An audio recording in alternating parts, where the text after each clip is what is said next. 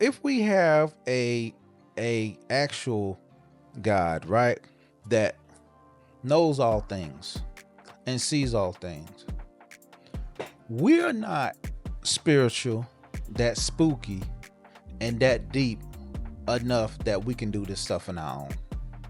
We're not that special that we can just keep going without putting God first.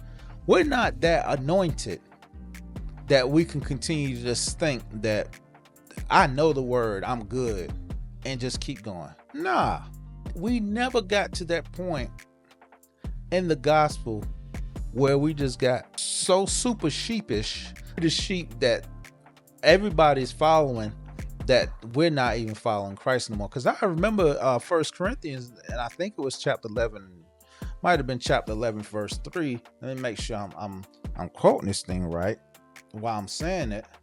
Yeah, it says to understand that the head of every man, the head of Christ is the head of every man, the head of God is the head of Christ. So there's always going to be a order that's going on, and since there's always an order that's going on, there's always going to be a disorder that's going on. Wow, that's powerful. And the reason why there's going to always be a disorder that's going, because there's always an enemy to shake up your order to make sure you don't get where you need. There's always going to be a stopping point. There's always going to be something that's going to hold you back, something talking about that spirit of the Antichrist, the lawlessness, the son of perdition, the one that's always going to make sure he can slow you down and make you not get to your there place.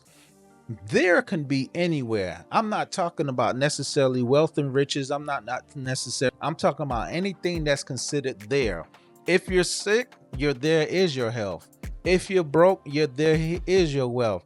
But if you're to a place where you're stagnant somewhere and you need to get to another place and you need to move to another position and move to another area, your there is the new area. So when I say there, I'm talking about anywhere or any place in position, a time that you're trying to get to, that God is trying to move you there. But in the in-between time, the wilderness, before you get to Canaan, before you get to the milk and honey, there's always something there to stop you. The time when the people were actually moved and taken out of captivity was so powerful because God didn't care who was the people. You have to get this.